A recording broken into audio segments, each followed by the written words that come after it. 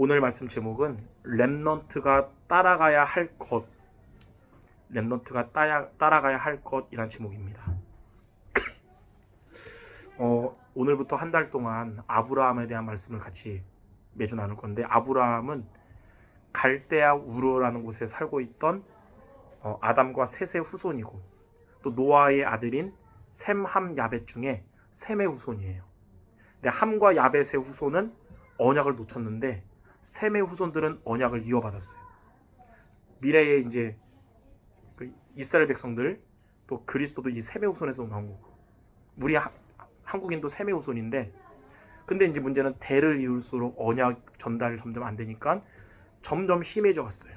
그래서 이제 급기야는 아브라함의 아버지 이름이 데라인데, 데라는 언약을 완전히 놓치고 그 갈대아 우르가 우상의 도시인데 그곳에서 우상 만들어 파는 일을 하는 겁니다.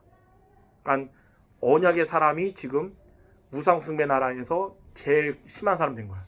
마치 언약까지 목사님의 아들이 흑암의 우두머리 된 거랑 똑같은 거지. 그러던 어느 날 하나님은 갈대아 우르에 있는 아브라함에게 나타나셔서 창세기 12장 1절 3절에 오늘 말씀 준 거예요. 너의 고향과 친척 아버지의 집을 떠나서 내게 너에게 보내줄 땅으로 가라, 이렇게 말씀해 주신 거예요. 근데 이 하나님의 말씀을 순종한다는 게 현실적으로는 쉬운 결단이 아니에요. 우리가 말씀 보면 뭐 말씀 잘 따라간다 했지만 현실적으로 쉬운 결단 아니에요. 왜냐하면 갈대아 우르에서의 삶의 터전이 있을 거 아니야. 거기서 이제 직장도 있고 집도 있고 있는데 다 포기하고 새롭게 시작한다는 거는 경제적으로도 어려운 일이죠. 또 그때 당시에 안보적으로도 위험한 일이잖아요. 그때 당시는. 근데 아브라함은 이렇게 현실과 말씀이 부딪히는 상황에서 말씀을 따라간 겁니다. 창세기 12장 4절에 아브라함이 여호와의 말씀을 따라갔다, 이렇게 나와 있어요. 거부할 수도 있었는데 순종한 거예요. 근데 이것이 아브라함이 복의 근원이 시작되는 길이 됐어요. 그래서 말씀을 따라가는 것이 말씀이 성취되는 길이 되었고 세계를 움직이는 길이 된 겁니다. 자, 이런 아브라함의 모습을 통해서 오늘 우리가 두 가지를 붙잡는 시간 되야겠습니다.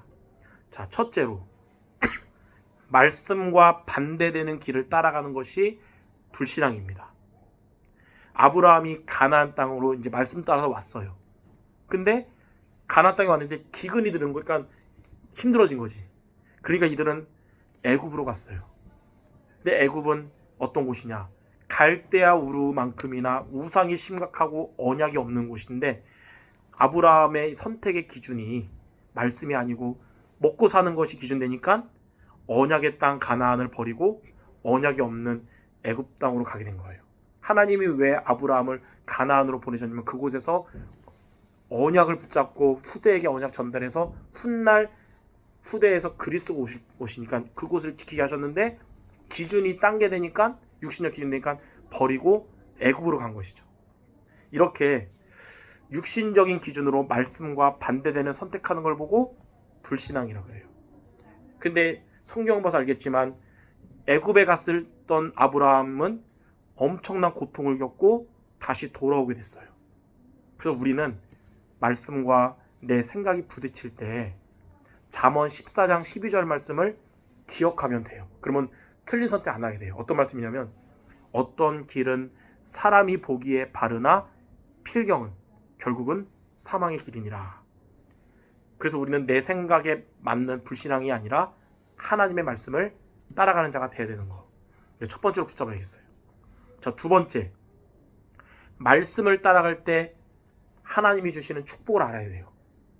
말씀을 따라갈 때 하나님이 주신 축복을 오늘 읽었던 창세기 12장 1절에서 3절 말씀을 근거로 5가지의 언약적 축복이라고 그러거든요. 하나님은 지금도 말씀을 따라가는 결단하는 자에게 5가지의 언약적 축복으로 동일하게 주세요. 먼저 뭐라 했냐면, 너는 복이 될지라 그랬어요. 말씀을 따라갈 때. 옛날 성경에는 복의 근원이 될지라 했거든요. 이게 바로 근원적 축복이에요. 하나님은 말씀을 따라가는 자에게 근원적 축복 주십니다. 또 뭐라고 나왔냐면, 너를 축복하는 자에게 내가 복을 내리고 너를 저주하는 자에게 내가 저주하리니 그랬어요. 이거는 나의 현장을 살리는, 가족을 비롯한 현장 살리는 전도에 응답받을 대표적 축복이에요. 하나님은 말씀을 따라가는 자에게 가정을 살리고 현장 살리는 걸 주시는 거예요. 이게 대표적 축복. 또 뭐라 그러냐면 땅의 모든 족속이 너로 말미암아 복을 얻을 것이다. 이거는 237 나라 5천 종족 선교에 응답받을 시대적 축복입니다. 또 이거 뭐라 하냐면 내가 너로 큰 민족을 이루고 그랬죠. 이거는 후대까지 복을 받는 기념비적인 축복이에요. 우리 때만이 아니라.